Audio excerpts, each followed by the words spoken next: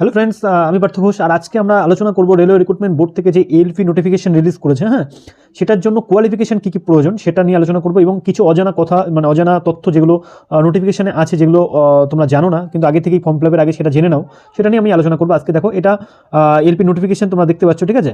তো এই নোটিফিকেশনের প্রথম যে তথ্য, যেটা একদম অজানা, তোমাদের জানা উচিত। ফর্ম ফিল আপের আগে থেকে জেনে তারপর ফর্ম ফিল আপ করো, কারণ পরে গিয়ে কিন্তু রেলের রিক্রুটমেন্টে গিয়ে তোমরা পরে গিয়ে নিজেকে আফসোস করবে যে আমি এটা আগে থেকে না দেখে এত পরিশ্রম করলাম, পরীক্ষাটার জন্য পড়াশোনা করলাম। সেটা হচ্ছে একদম যেটা বলার একদম ডিরেক্ট পয়েন্টে বলি, সেটা হচ্ছে দেখো, আর এটা তোমরা এই সমস্ত তথ্যগুলো জানো যে এটা 20 তারিখ থেকে শুরু হয়েছে এবং 19 তারিখ লাস্ট ডেট, 19শে ফেব্রুয়ারি লাস্ট ডেট, ঠিক আছে? কিন্তু যেটা সবচেয়ে প্রয়োজনীয় তথ্য সেটা হচ্ছে এর মেডিকেল স্ট্যান্ডার্ড হচ্ছে A1, ঠিক আছে? যেটা বলার ছিল যে মেডিকেল স্ট্যান্ডার্ড কিন্তু চোখের জন্য A1 ক্যাটাগরি লাগবে।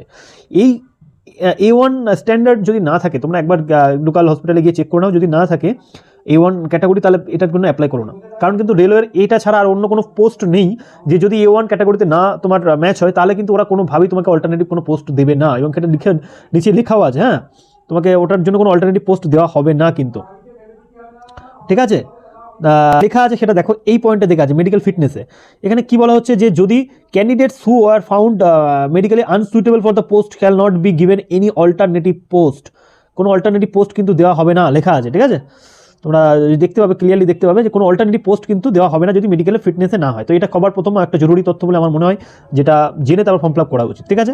তারপরে তোমরা গোটা নোটিফিকেশনটা পড়বে, আর ওয়েবসাইটে ডাউনলোড করে নিতে পারো, আমি পারলে ডিসক্রিপশনে দিয়ে দেবো, ঠিক আছে? চলো আমরা বিশেষ কিছু তথ্য যেগুলো আছে, তারপর তোমরা গোটা নোটিফিকেশনটা একবার পড়ে নিও। এখানে যাবতীয় তথ্য তোমরা জানবে। বয়স কিন্তু 18 থেকে 30 বছর অবধি, ঠিক আছে? 18 থেকে 30 এগুলো তোমরা জানো, ঠিক আছে? তো চলো নেক্সট হচ্ছে আমরা যেগুলো ইম্পর্টেন্ট জায়গা সেগুলো একটু ডিসকাস করে নিই। যে এখানে পরীক্ষা কিন্তু 3টে স্টেজে হবে, ঠিক আছে? এই যে ফিজিক্যালি ফিটনেসটা আর একবার এখানে দেওয়া রয়েছে, সেটা দেখে নাও যে E1 ক্যাটাগরি, এবং এই যে ফিজিক্যালি ফিটনেস, এটা তোমরা একবার একটু লোকাল কোনো ডক্টরের কাছে গিয়ে এটা চেক করে নিয়ে তারপর ফর্ম ফিল আপ করো, ঠিক আছে? যাদের আছে তারাই করো, নাহলে বেকার করা হবে, বেকার প্রিপারেশন করবে, তারপর শেষে আসা হতে হবে, ফিরে আসা ঠিক নয়, ঠিক আছে? এটা খুবই জরুরি একটা তথ্য, এটা নিয়ে আগে চেক করে নিয়ে তারপরে ফর্ম ফিল আপ করবে। নেক্সট ইম্পর্টেন্ট আর যেটা বলার আছে সেটা হচ্ছে, এগুলো তোমরা জানো বেসিক তথ্য, বয়সের ছাড় 3 বছর দেওয়া হয়, 5 বছর দেওয়া হয়, ঠিক আছে? তো দেখো এখানে কত মিনিট, এই যে ফার্স্ট স্টেজ সিবিটি এক্সাম সম্পর্কে এখানে লেখা আছে, দেখতে পাচ্ছ, ঠিক আছে? 60 মিনিটস দেওয়া হবে, 75 মার্কস দেওয়া আছে, এবং 1/3 নেগেটিভ মার্কিং হবে, ঠিক আছে? এবং এটার জন্য সিলেবাস কী আছে সেটা আমরা একটু ডিটেলসে দেখবো। সিলেবাসটা আমরা একটু ডিটেলসে দেখবো কী কী আছে, ঠিক আছে? সিলেবাস কী কী আছে দেখে নাও। ম্যাথামেটিক্সের সিলেবাস তোমরা এগুলো দেখতে পাচ্ছ, নাম্বার সিস্টেম, ঠিক আছে? নাম্বার সিস্টেম, ডেসিমেল, বডমাস রুলসের যে থেকে অঙ্ক আসবে, ফ্র্যাকশন, এলসিএম, এইচসিএম, রেশিও, একদম জেনারেল অঙ্ক, মানে ম্যাথামেটিক্সের বিশেষ কিছু নেই, আলাদা কিছু নেই। দেখো পার্সেন্টেজ, মেনসুরেশন, প্রপার উল্লেখ করা আছে, মেনসুরেশন, মানে মেনসুরেশন একদম বেসিক অঙ্কগুলো আসবে। Time and work, time and distance, simple and compound interest, profit loss, algebra, geometry, trigonometry and elementary statistics আছে, ঠিক আছে? এখান থেকে নতুন চ্যাপ্টার কি আছে, এই এলিমেন্টারি স্ট্যাটিস্টিক্স যেটা আছে, কোথায় গেল, এই যে এটা, এই এলিমেন্টারি স্ট্যাটিস্টিক্সটা হচ্ছে নতুন চ্যাপ্টার, স্কয়ার রুট, ঠিক আছে? এগুলো একটু এই দুটো একটু আননোন চ্যাপ্টার আছে, এই জায়গাগুলো করে রাখবে। একটা দুটো অঙ্ক এখান থেকে আসলেও অনেকে পারবে না, কারণ এটা আননোন চ্যাপ্টার। আর এই চ্যাপ্টারগুলো তোমরা যদি করতে চাও, আমাকে টেক্সট করো নিচে, আমি তোমাদের এই চ্যাপ্টারগুলো থেকে এমনভাবে অঙ্ক করিয়ে দেবো যেটা থেকে পরীক্ষার এর বাইরে অঙ্ক আসবে না, ঠিক আছে? যদি টেক্সট করতে হবে তোমরা নিচেই যদি কমেন্ট করো, তাহলে আমি তোমাদের জন্য চ্যাপ্টার থেকে অঙ্ক করাবো, ঠিক আছে? তারপরে দেখো নাও, তারপরে যেটা বলার আছে যে মেন্টাল অ্যাবিলিটি থেকে কি কি কোশ্চেন আছে। মেন্টাল অ্যাবিলিটি থেকে এখানে সিলেবাস আছে, দেখে নাও তোমরা একবার, স্ক্রিনশট দিয়ে নাও। স্ক্রিনশট দিয়ে এই সিলেবাসটাকে গোটাটাকে একটা স্ক্রিনশট নিয়ে নাও, একদম সিলেবাসটাকে সামনে রেখে সেই চ্যাপ্টারগুলোকে পরপর কমপ্লিট করবে, ঠিক আছে? গোটা সিলেবাসটাকে সামনে রেখে তোমরা কমপ্লিট করবে। General mental ability, syllogism, analogy, একদম জেনারেল, কোনো আননোন কিছু নেই। সিমিলারিটিস, ডিফারেন্সেস, তারপরে ম্যাথমেটিক্যাল অপারেশন, কোডিং, ডিকোডিং, একদম জেনারেল জিনিসপত্র, ঠিক আছে? Classical, direction, statement, arguments, assumption, যেগুলো রেলে একদম আসে, স্টেটমেন্ট, আর্গুমেন্ট, এগুলো আসে। অ্যানালিটিক্যাল রিজনিং আছে, ঠিক আছে? এখানে নতুন জিনিস হচ্ছে জেনারেল সায়েন্স। জেনারেল সায়েন্স হচ্ছে 10th স্ট্যান্ডার্ডে আসবে, বলেই দিয়েছে 10th স্ট্যান্ডার্ড, অর্থাৎ মাধ্যমিক স্ট্যান্ডার্ডে আসবে, ঠিক আছে? General science.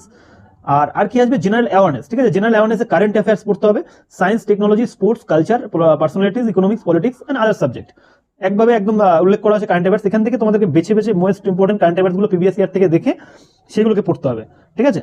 তারপরে ফার্স্ট সিবিটি 1-এ কোয়ালিফাই করার পরে কত গুণ সিবিটি 2-র জন্য ডাকা হবে, ঠিক আছে? সেটা লেখা আছে, দেখো, অ্যাটলিস্ট 15 গুণ ডাকা হবে, অর্থাৎ আমাদের যে ভ্যাকান্সি আছে 5600, তার 15 গুণ করলে 85,000 মতো হচ্ছে, ঠিক আছে?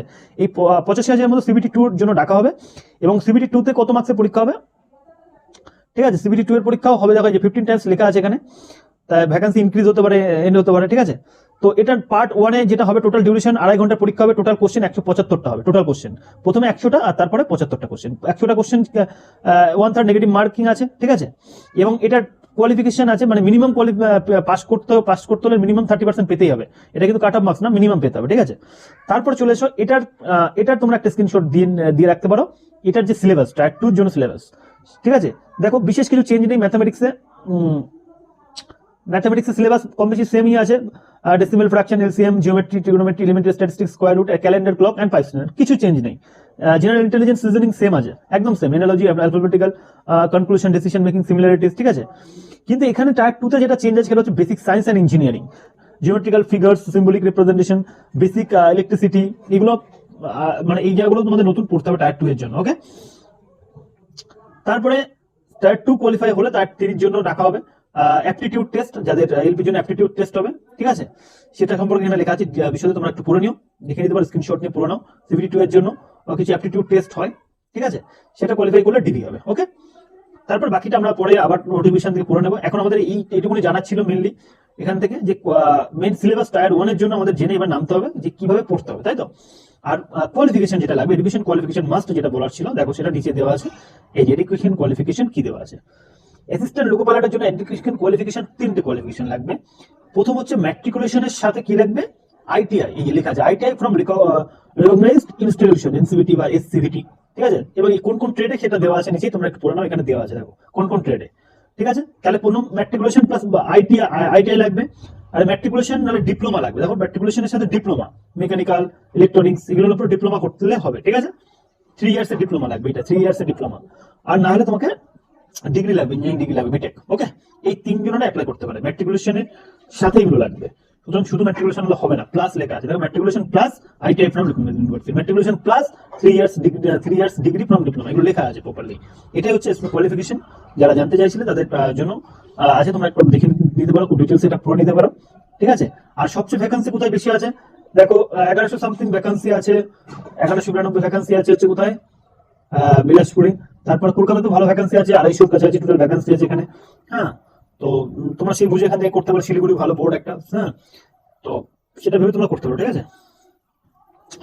আপাতত এটা নিয়ে ডিসকাস করলাম, এবার বাকিটা তোমরা নোটিফিকেশনটা ডাউনলোড করে পড়ে নিতে পারো, ঠিক আছে।